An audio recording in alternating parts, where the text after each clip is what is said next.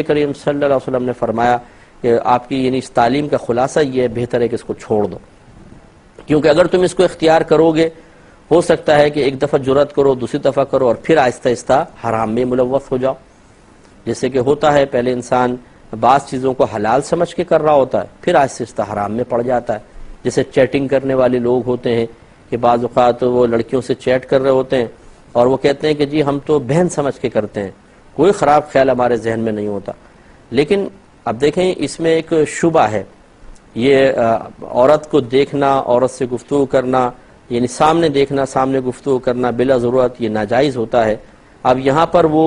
اگرچہ بالفرض دیکھ نہیں رہا، صرف چیٹ کر رہا ہے اور ہے بھی پاکیزہ چیٹ، تو اب بظاہر اس کو ایسا لگتا ہے کہ یہ حلال ہے، لیکن اس میں ایک خطرہ ضرور ہے کہ آگے چل کر شیطان جو ہے وہ خواہشات کو بھڑکا سکتا ہے اور انسان گناہ کی طرف مائل ہو سکتا ہے.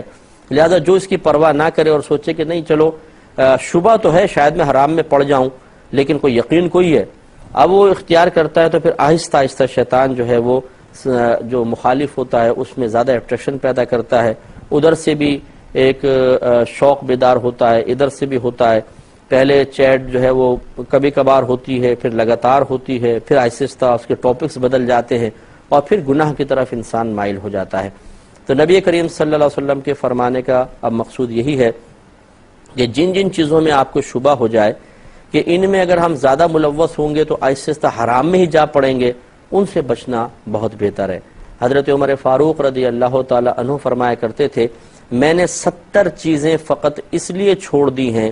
یہ 70 حلال چیزیں صرف اس لیے چھوڑ دی ہیں کہ مجھے حرام میں مبتلا ہو جانے کا اندیشہ تھا. تو جب اتنے جلیل القدر صحابی ایسا کر رہے ہیں تو ہمیں بھی بدرجہ اولا